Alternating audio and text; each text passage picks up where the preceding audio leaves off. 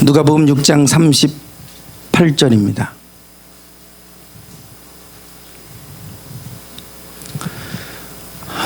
누가복음 6장 38절입니다. 우리 함께 한 목소리로 읽겠습니다. 주라, 그리하면 너희에게 줄 것이니 곧 후이되어 누르고 흔들어 넘치도록 하여 너희에게 안겨주리라. 너희가 헤아리는 그 헤아림으로 너희도 헤아림을 도로 받을 것이니라. 아멘. 요즘에 온통 뉴스들이 한국과 일본의 수출 규제로 시작된 이 한일 갈등의 문제를 계속해서 뉴스 보도를 하고 있습니다.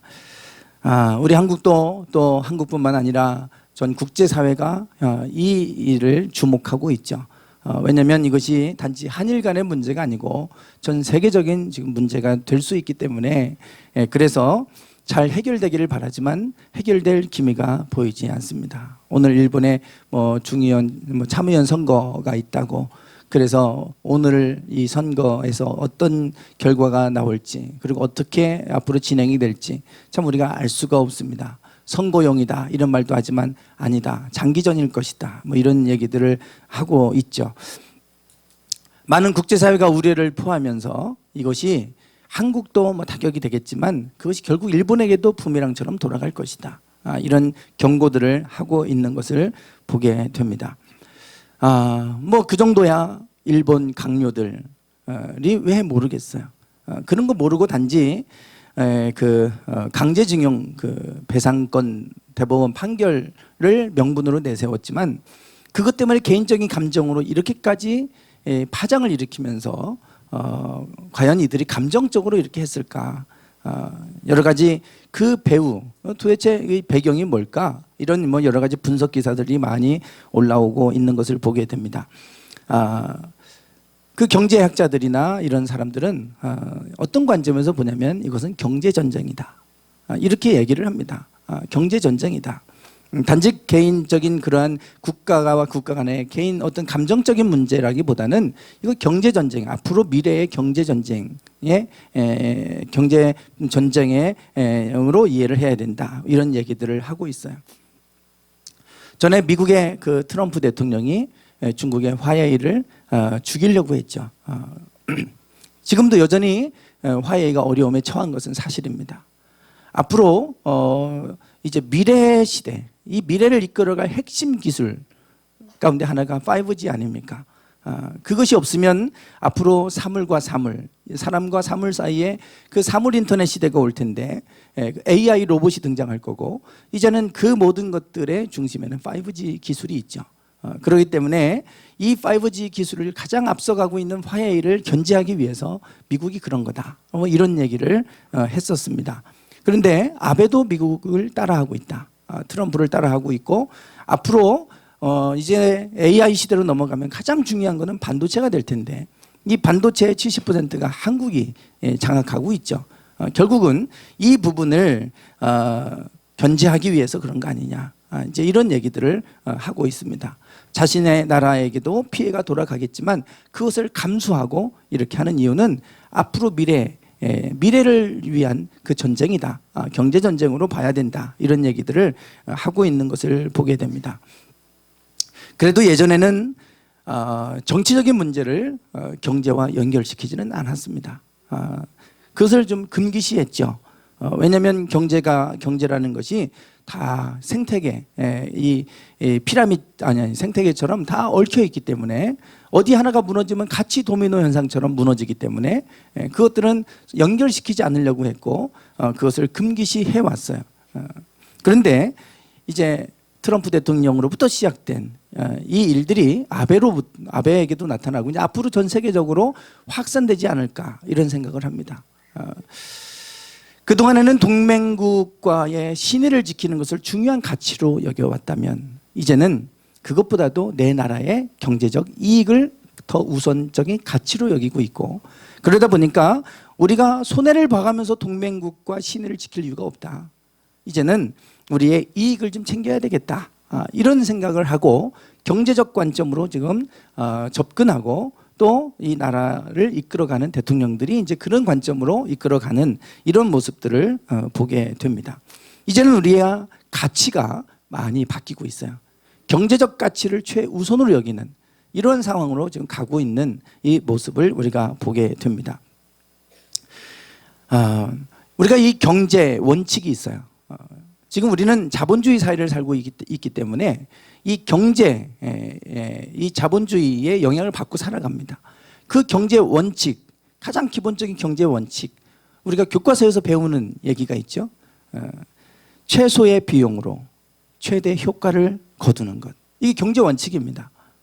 적은 비용을 들여서 가장 많은 이윤을 도출하는 거예요. 산출하는 거죠. 그것이 그들에게 있어서는 경제인들에게는 최고의 가치입니다. 경제인들이 손해봐가면서 돈을 투자하지 않아요.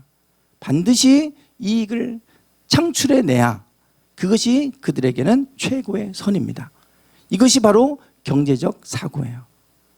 우리가 경제적으로 사고한다고 하면 이것이 효율성을 따지는 거예요. 돈을 내가 얼마 투자했을 때 얼마만큼의 이익을 얻어낼 수 있을 것인가.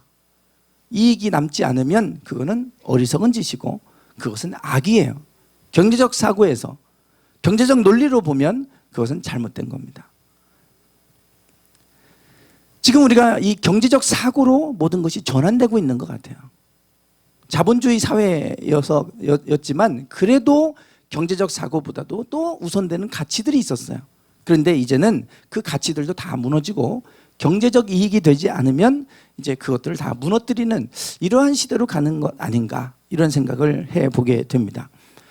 우리가 예전에 과학적 사고라는 말을 지금 많이 합니다. 경제적 사고라고 하는 것처럼 과학적 사고란 말을 많이 해요. 여러분 과학적 사고다 그러면 과학적이란 말은 이것이 검증 가능한 것을 과학적이다 그래요.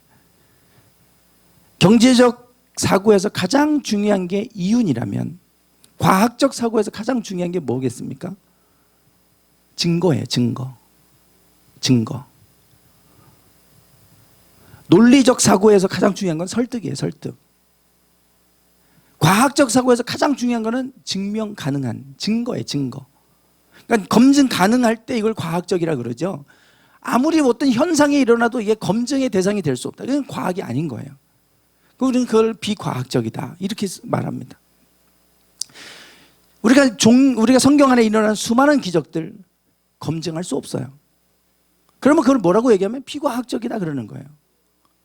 그러면 비과학적이란 말은 사실은 과학으로는 이건 검증의 대상이 아니다. 과학의 영역이 아니다. 이런 말이잖아요. 과학의 영역이 아닌 거예요. 다만 과학이 검증할 수 있는 대상이 아닌 거예요.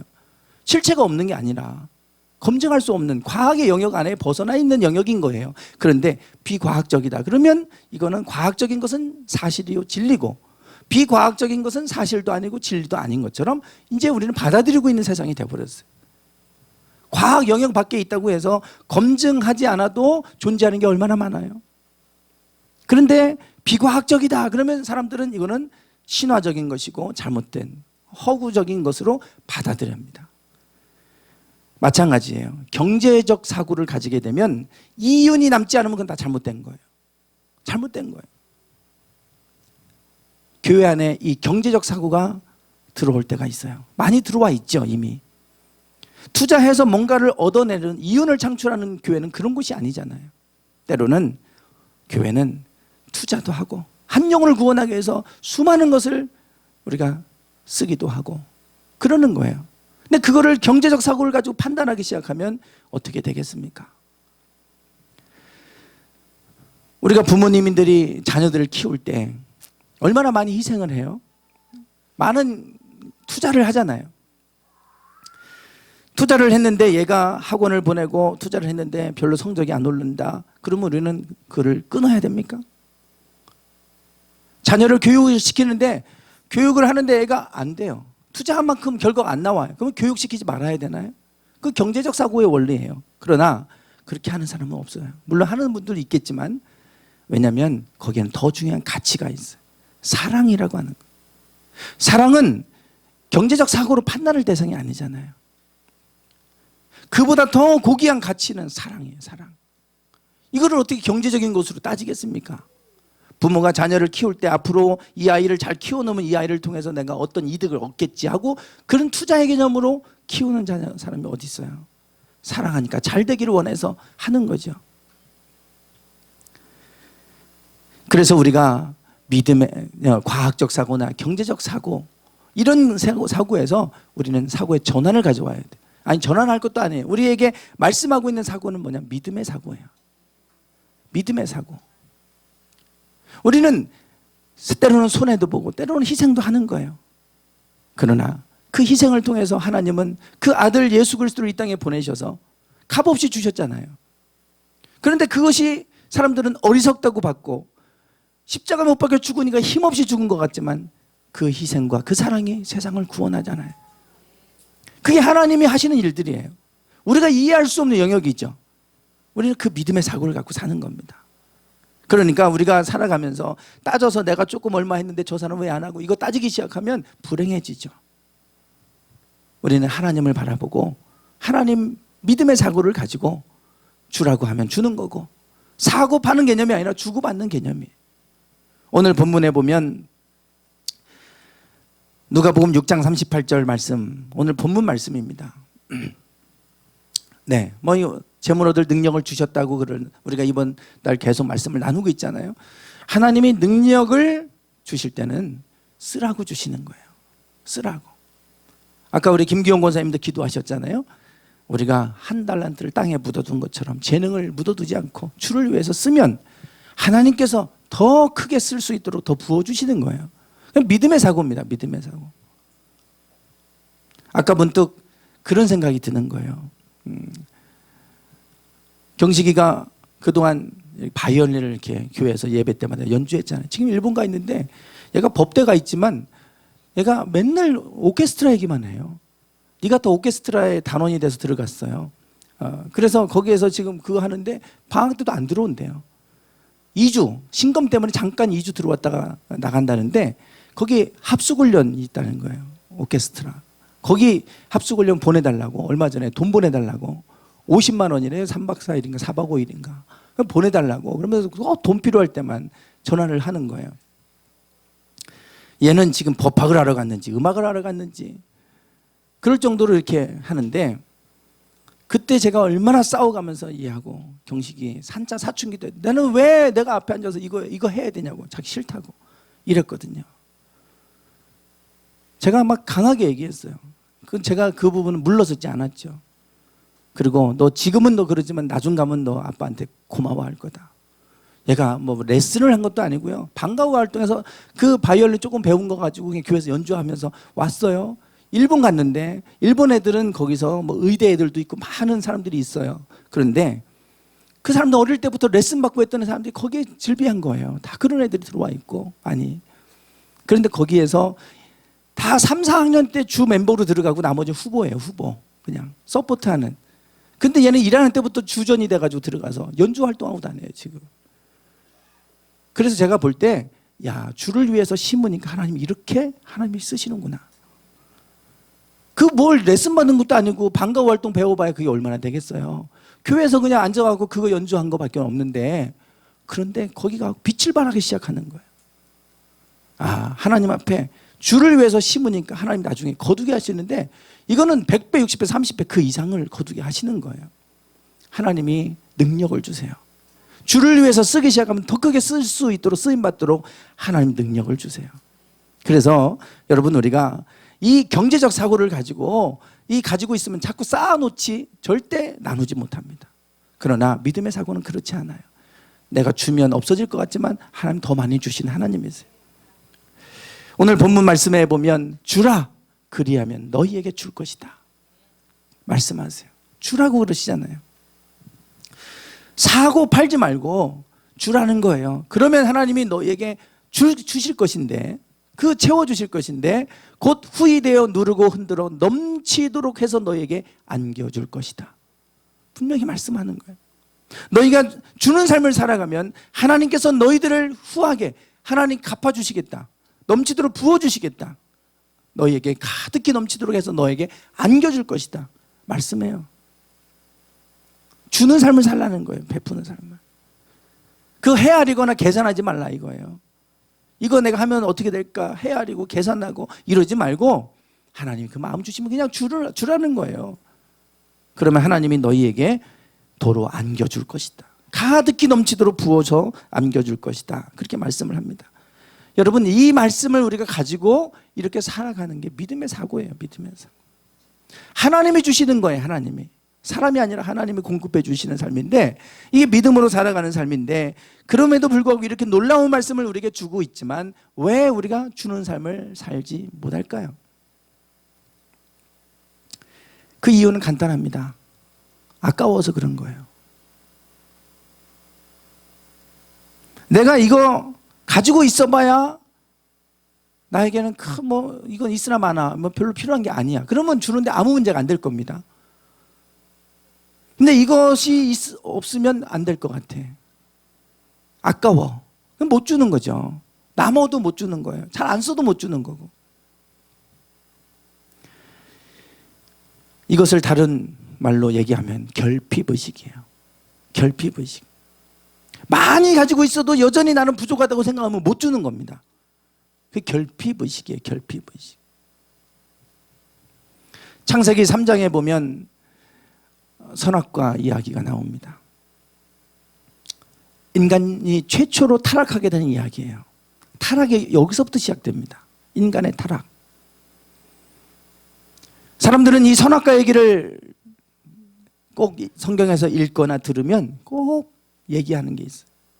질문하는 것들이 있고 저도 마찬가지였어요. 왜 하나님은 선악과를 만들어 놔가지고 그걸 못 먹게 해서 인간으로 하여금 타락하게 만들었냐고.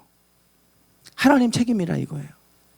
그걸 먹을 줄 알면서도 만들어 놓고 한 것은 결국 하나님 책임이라고. 왜 하나님 그걸 왜 만들었냐고. 이렇게 반문하는 분들을 많이 봅니다. 저도 그런 질문을 했으니까. 여러분, 이 이야기의 시작은 이렇게 됩니다. 창세기 3장 1절 한번 읽어보실까요? 시작.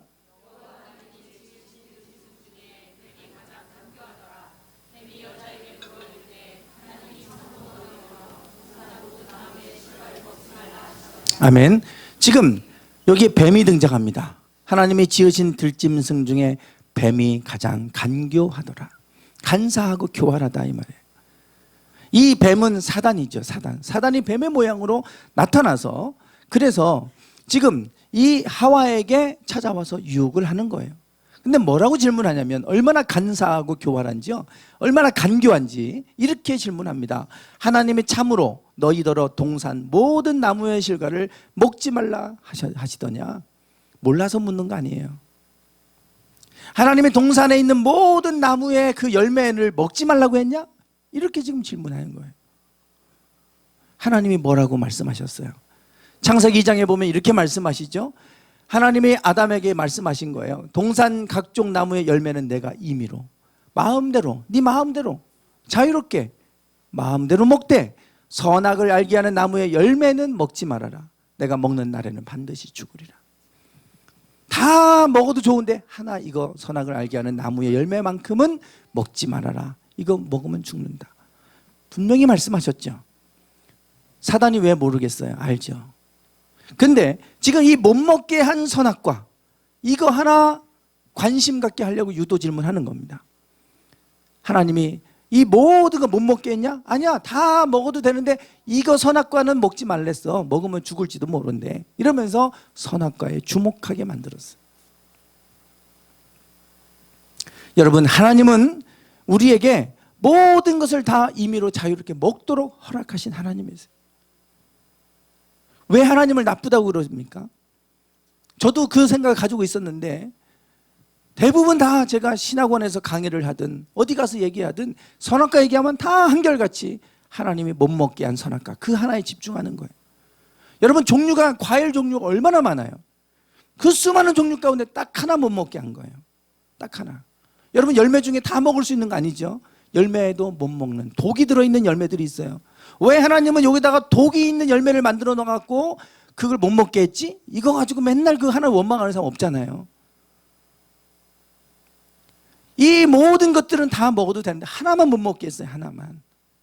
그러면 하나 못 먹게 했다고 이제 하나님 욕하는 겁니다. 모든 걸 먹게 허락하신 하나님을 봐야 될 텐데 그게 아니라 못 먹게 한 그 하나 집중하게 만든 거예요. 이게 사단이 하는 일이에요. 결핍의식은 여기서부터 오는 겁니다. 하나님이 우리에게 주신 게 수없이 많은데 내게 없는 거 하나 보게 만드는 거예요. 사단이 하는 일이에요. 결핍의식을 갖고 있으면 불행해지죠. 그래서 내가 줘야 되는데 내가 부족한데 뭘 줘? 더 많아지면 줘야지. 더 풍성하면 줘야지. 끝이 없습니다. 절대 못 주합니다. 절대 나눌 수가 없어요. 사단이 가져다 주는 마음은 주지 못하도록 하는데 결핍의식 때문에 그렇게 만들어요. 부족하다고 생각하게 만드는 거예요. 착각하게 하는 거죠. 이것이 없었을 때는, 이 생각을 없었을 때는 선악과 그냥 저거 먹으면 안 되나 보다. 그리고 이제 다른 거 먹으면서 살아갈 텐데 사단이 나타나서 저거 하나 바라보게 만들어 버렸어요. 자, 그때부터 여자가 본즉 선악과를 보니까 먹음직스럽고 보암직스럽고 지혜롭게 할 만큼 탐스러웠어요. 그래서 결국 그걸 따먹어요. 여러분, 이게 먹음직스럽고 보암직스럽고 지혜롭게 할 만큼 탐스럽게 보였다는 거 아닙니까? 그때부터 선악과만 보이기 시작하는 거예요. 선악과만 보이기 시작해요. 그게 보이기 시작하면 그거를 먹어야 되는 거예요. 자꾸 이제 제가 요즘에 자꾸 들여다보는 동영상이 있어요. 요즘에 차가 뭐가 나오나. 한번 가는데 차가 엔진이 쓰더라고요. 엔진에 불이 들어오고, 야, 이거 차 이거 불안해서 못하겠다, 이런 마음이 딱 생기니까요. 아, 이제 때가 되면 좀 차를 어떻게 렌트를 하든지 어떻게 해봐야 되겠네, 이 생각이 드니까 이제는 무슨 차가 있는 차, 그 영상 보고 있는 거예요. 제가 자꾸 보면 이제 언젠간 사겠죠. 자꾸 들여다보면, 야, 이거 괜찮네, 이거 저거 괜찮네, 이러면 언젠간 살 거예요. 나중에 제가 언제 사도 놀라지 마세요. 분명히 이게 자꾸 보기 시작하면요, 이게 먹음직스럽게 보이기 시작하고요, 보암직스럽기도 하고 지혜롭게 할 만큼 탐스럽기도 하고, 이게 그러면 자꾸 보기 시작하면 이거 먹어야 돼. 이거 못 먹으면 이게 불행해져요. 이제 왠지 안 먹으면 큰일 날 것 같고 결국 먹어버렸어요. 여기서부터 문제가 시작합니다. 그거 먹으면 행복할 줄 알았는데 먹고 났는데 어떤 일이 생기냐면, 자기들이 뭐를 알았습니까? 벗은 줄을 알았어요. 벌거벗은 줄을 알고 가리기 시작합니다. 무화과나무 잎을 엮어서 자기 몸을 치장하고 가리기 시작하는 거예요. 결핍의식은 더 큰 결핍의식을 가져와요.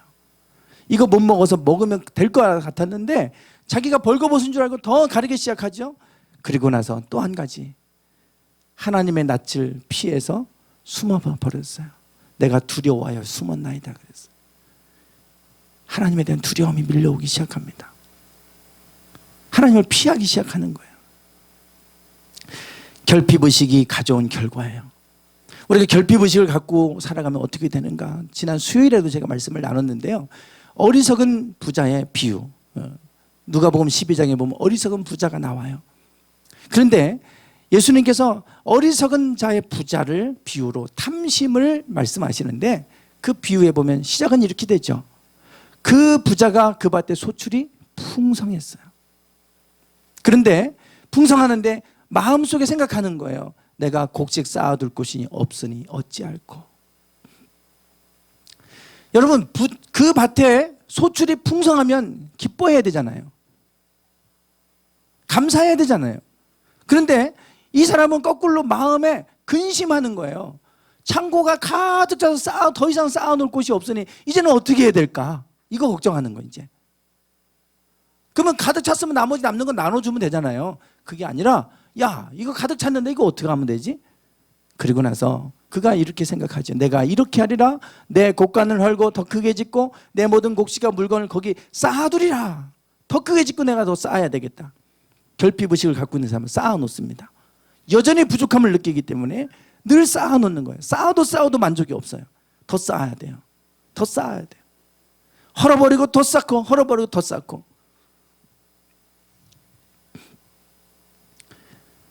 저희가 모임하는 목사님들 10명의 하나님 사람들 모임에 늘 가면 목사님 기도 제목을 나누고 기도하는데, 한 목사님이 교회 1000명이 넘어요. 큰 교회예요. 맨날 얘기하는 게 주차장이 부족하다고. 주차장을 사야 되는데 옆에서 사람이 집을 안 판대요. 기도해달라고. 그러면 그거 주차장 넓히면 또 건축해야 되고요.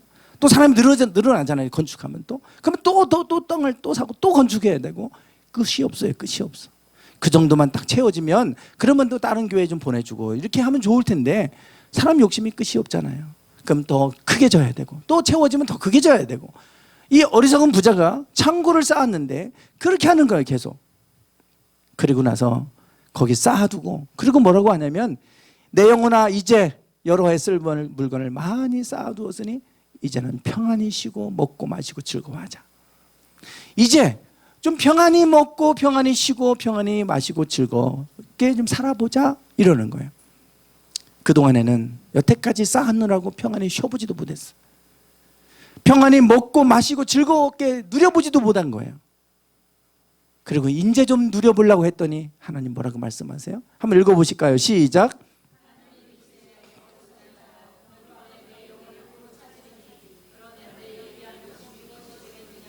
네, 하나님이 그날 밤에 너의 영혼을 내가 데려가겠다. 그러면 네 쌓아놓은 게 누구의 것이 되겠느냐? 어리석은 자의 비유를 말씀하시는 거예요. 사람의 탐심이 이렇다는 겁니다. 탐심의 결과는 이렇다는 거예요. 다 누려보지도 못하고 하나님이 주신 것 쓰라고 주시고 누려보라고 주셨는데 쌓아놓기만 하고 누려보지도 못하고 있다가 결국은 하나님이 데려가시면 아무것도 누려보지도 못하고 가는 거예요. 여러분, 우리가 경제적 사고를 가지고 살아가면 이렇게 된다는 거예요. 경제적 사고가 필요하지만 그런데 그것이 결핍의식을 가지고 살아가면 만족이 없기 때문에 쌓아놓고 하다 끝나버리는 거예요. 하나님은 나누면 더 크게 하실 텐데 쌓아놓기만 하는 거예요. 쌓아놓기만. 제가 어제 청년부 예배를 드리면서 청년들에게도 그랬어요. 야, 니네 열심히 일하고 돈 쌓아놔봐야 1억 쌓아놔봐야 10년 지나면 6천만 원밖에 안 된다. 그 1억 4천만 원 써보지도 못하고 그냥 공중에서 분해된다. 그냥 없어진다. 10년 지나면 1억이 6천만 원밖에 안 된대요. 가치가. 그냥 쌓아놨다가는 시간 지나면 4천만 원이 공중에서 사라져버리는 거예요. 써보지도 못하고. 주신 거 왜 그 4천만 원 좀 잘 써보지. 그래, 하나님을 위해서 쓰면 얼마나 좋겠어요. 쌓아놓는 거예요. 오늘 우리가 이 결핍의식에서 우리는 믿음의 사고로 바뀌려면 풍요의식으로 바뀌어야 됩니다. 풍요의식. 한번 읽어보겠습니다. 시작.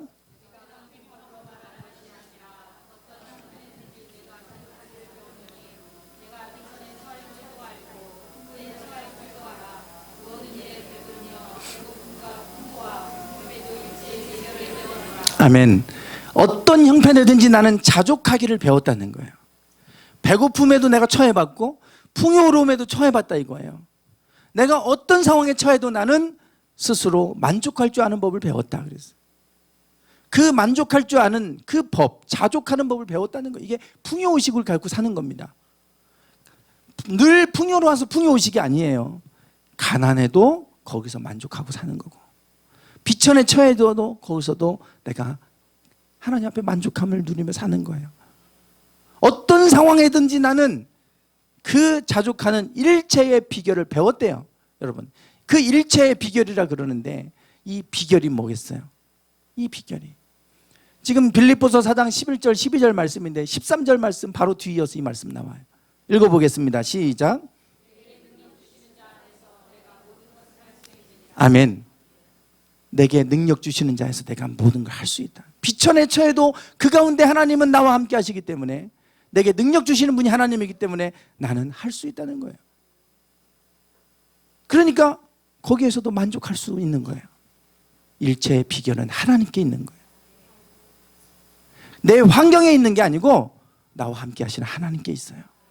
자족의 비결은 하나님이에요. 아무리 어려운 상황에 처해 있어도 하나님이 내가 사망의 음침한 골짜기를 다닐지라도 주께서 내가 두려워하지 않는 것은 주께서 나와 함께 하심이라 그러잖아요. 때로는 골짜기 갈 수 있습니다. 사망의 음침한 골짜기 가지요. 왜 안 갑니까? 믿음의 사람들이. 그래도 우리가 두려워하지 않는 건 하나님은 그 가운데 나와 함께 하신다. 그 믿음이 우리로 하여금 만족하고 자족하며 살아가게 하는 거예요. 일체의 비결은 하나님께 있어요. 하나님이 나와 함께 하시는 것을 보기 시작하면 그러면 만족하며 살 수 있습니다. 사람 보면 만족이 끊어지잖아요. 환경 보면 끊어져요. 이와 비슷한 말씀이 또 히브리서에도 말씀이 있어요. 읽어보겠습니다. 시작.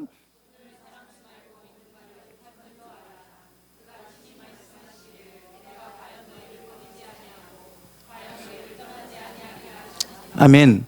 돈을 사랑하지 말고 있는 바를 족한 줄로 알아라. 말씀해요. 그러면 이 족한 줄로 아는 비결이 어디 있어요? 내가 과연 너희를 버리지 아니하고 너희를 떠나지 아니하리라 하셨느니라. 여기 나오잖아요. 돈을 사랑하지 말고 하나님 주신 것은 만족하며 살아가라고 하는데 그 비결은 하나님이 너를 떠나지 않고 함께 하신다. 이것을 말씀하고 있어요. 여러분, 우리의 풍요의식은 환경으로부터 오지 않습니다. 하나님께로부터 옵니다. 하나님과의 관계가 끊어지고 나면 아무리 많은 것을 가져도 공황장애를 겪게 돼요. 얼마 전에 정두원 씨가 세상을 떠났어요. 너무 안타까워요. 합리적 보수라고 그래도 사람들이 얘기하는 사람인데 너무 떠나서 안타까워요. 전날까지도 방송하고 잘 나갔던 사람이 왜 우울증으로 세상을 떠나는지 안타까운 일이에요. 그렇게 우울증이 무서운 거죠. 우울증이 무서워요.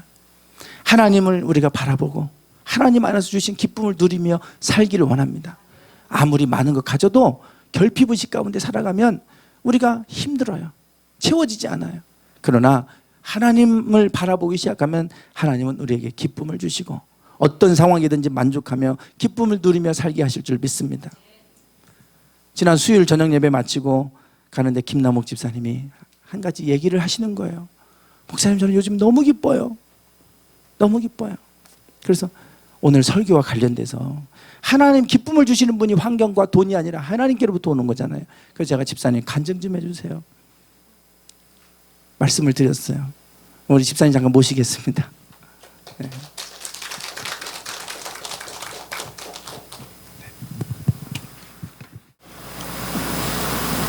어느 순간 저의 삶은 하루하루가 지치고 모든 것에 만족하지 않고 미워하고 화내고 외면하며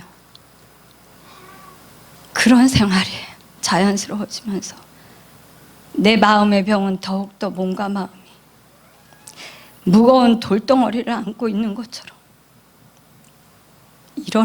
일어나기조차 힘든 무기력함과 두려움이 일상이 되었습니다. 힘들어도 힘들다 말 못하고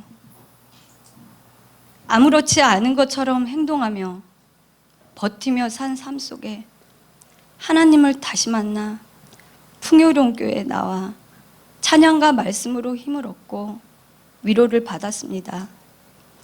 기뻤습니다. 참을 수 없을 만큼 벅차오르는 찬양을 부르며 그 아름다운 찬양 속에 흐르는 눈물을 참을 수 없을 만큼 감사하며 흘렸습니다. 무겁던 내 몸과 마음과 발걸음도 가볍게 해주시고 눈으로 보이는 모든 것이 아름다워 보였습니다. 사소한 모든 일이 감동으로 밀려오며 내 마음은 평안으로 자리 잡아 순간순간 하나님께 감사 기도를 합니다. 하나님께서 주신 생명과 자연에 헤아릴 수 없는 벅찬 마음을 주시며 감동을 주시며 소중함을 알게 해주셨습니다.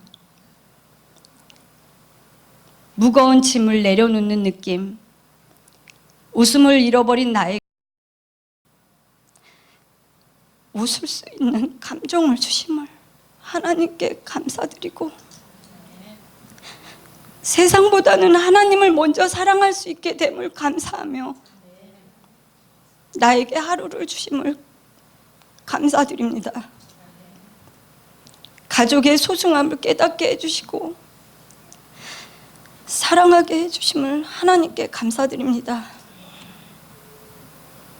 하나님 없이는 살 수 없으며 하나님이 주신 이 귀한 시간을 이제는 어떻게 살아야 하나 고민을 합니다. 풍요로운 교회 성도님들께서도 하나님의 넘치는 사랑을 순간순간 소중히 여기며 세상 속에서의 삶을 잘 이겨나가시길 기도합니다. 감사합니다.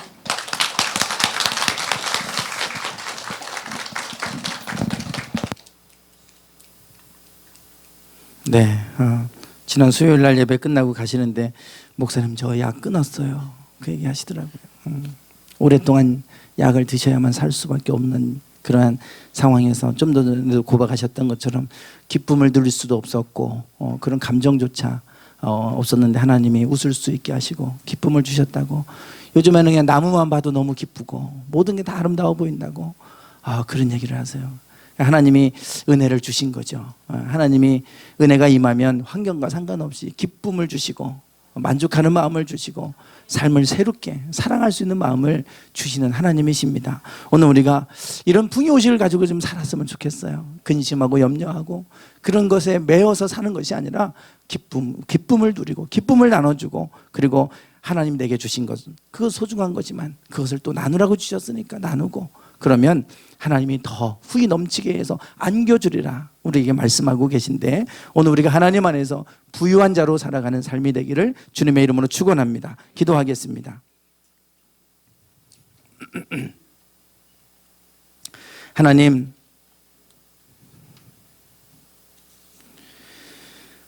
저희들이 하나님 앞에서 부유한 자로 살기 원합니다. 사단은 우리에게 끊임없이 결핍의식을 주어서 나누지 못하게 하고 늘 쌓아놓게 하지만, 그러나 하나님이 우리를 풍요케 하시고 부유케 하시는 분임을 알기에 하나님 주신 것 기꺼이 나누고, 하나님 쓰시겠다고 하면 드리고, 하나님 그렇게 살아가기를 원합니다. 늘 매 순간순간 없는 것 보지 아니하고 하나님 주신 것 바라보고 감사하며 살아가는 저희들 삶이 되게 해 주시옵소서. 예수님의 이름으로 기도드리옵나이다. 아멘. 우리 함께 찬양 드리겠습니다.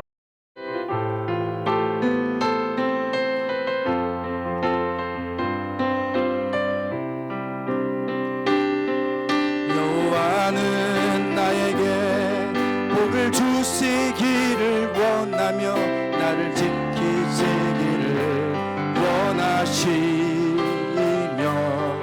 여호와는 그 얼굴을 나를 향하여 드사 은혜와 평강 주시기 원하노라. 여호와는 나에게 복을 주시기를 원하며 나를 지키시기를 원하시며, 여호와는 그 얼굴을 나를 향하여 드사 은혜와 평강 주시기 원하노라.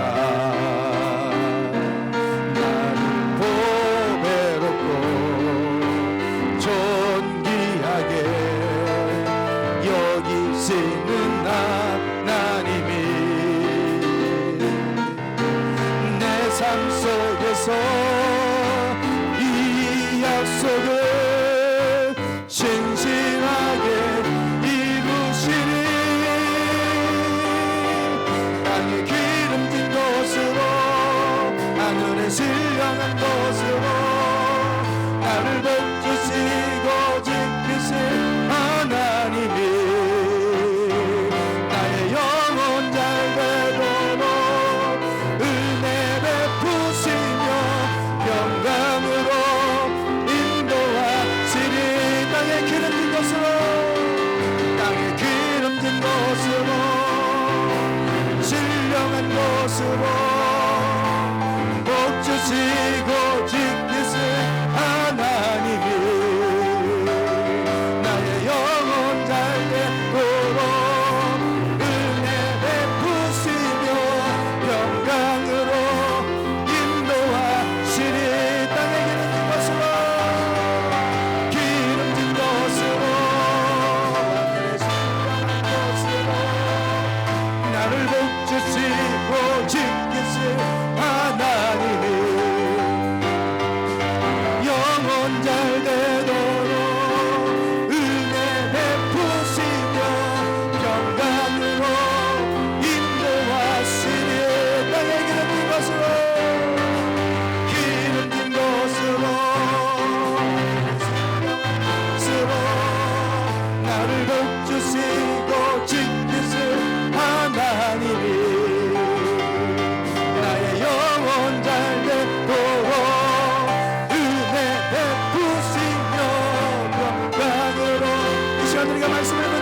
기도하겠습니다. 하나님, 우리가 부여의식을 가지고 부유한 자로 살게 해주시옵소서. 전에 인식하거나 하나님 쌓아놓은 삶을 살지 않게 하여 주시고, 하나님 주신 것, 하나님 아버지 하나님 주신 것 사용하고 베풀며 흘려보내게 하여 주셔서 축복의 통로로 살아갈 수 있도록, 축복의 통로로 살아갈 수 있도록 하나님 인도해 주시옵소서. 아버지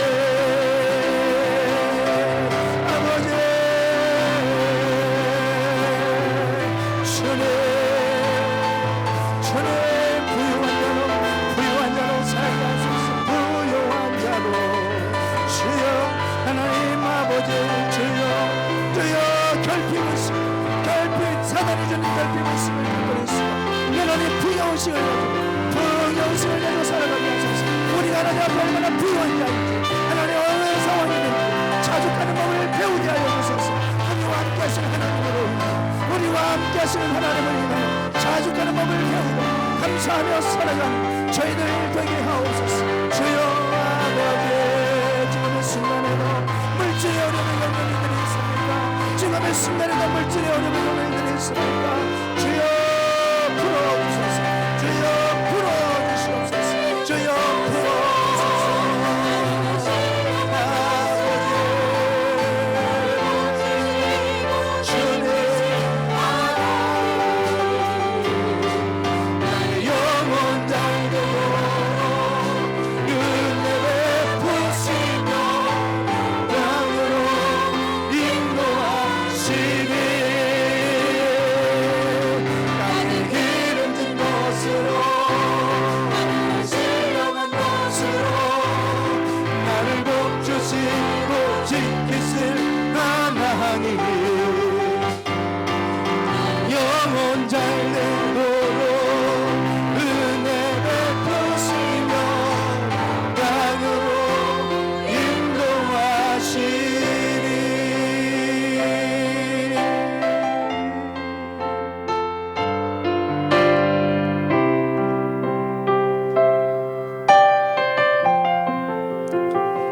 온 세상 만물을 창조하실 때 하나님 보시기에 심히 좋았더라 말씀하셨습니다. 오늘 우리의 모습이 하나님 보시기에 심히 좋은 모습으로 늘 변해가기 원합니다. 하나님 보실 때 아름다운 모습, 늘 기쁨을 누리며 하나님이 주시는 것을 마음껏 누리고 풍요로운 가운데 살아가기 원합니다. 늘 메말라 있지 않게 하시고, 결핍의식 가지고 살아가지 않게 하시고, 염려와 근심과 두려움 속에 살아가지 않게 하시고, 하나님이 주신 것 베풀고 나누고 그것을 통해 하나님의 영광 드러내며 살아가는 복된 삶이 되게 하옵소서. 너는 복이 될지라, 너는 복이 될지라. 아브라함을 부르실 때 약속하셨던 이 약속의 말씀을 오늘 우리가 붙들고 살아가게 하여 주시옵소서. 복의 통로가 되게 하옵소서. 우리로 말미암아 천하 만민이 복을 얻게 하셨다고 하시겠다고 말씀하셨던 것처럼 우리를 통해서 하나님 많은 사람들에게 하나님의 복이 흘러가게 하옵소서. 부유한 자가 되게 하여 주시옵시고 하나님 앞에 마음껏 쓰임받는 삶이 되게 해 주시옵소서.